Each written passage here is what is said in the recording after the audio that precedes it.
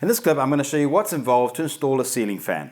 First of all, when working with electrical outlets, make use of a qualified electrician. To get started, we need to turn off the mains power supply and remove the existing lamp. The next step is to firmly mount the mounting bracket onto the ceiling. Now this mounting bracket is going to take all the load and all the weight of the fan, the motor and the blades. Hold it up into position.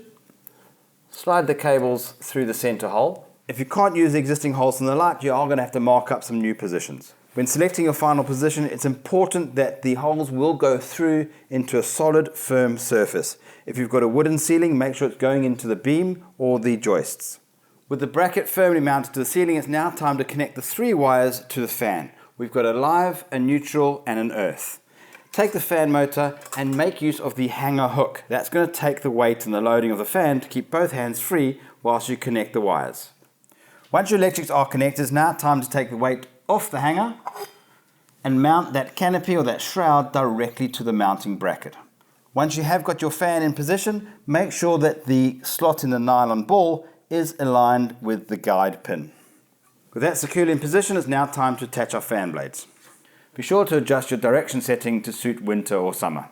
That's the installation complete, and I've showed you everything that's involved in installing a ceiling fan. Remember, make sure you use a qualified electrician when it comes to electrics. If you enjoyed this clip, like it, share it. You can also subscribe to the Builders Fan YouTube channel. There's a range of product reviews, DIYs and home how-tos just like this for you to be inspired, get to Builders and get it done.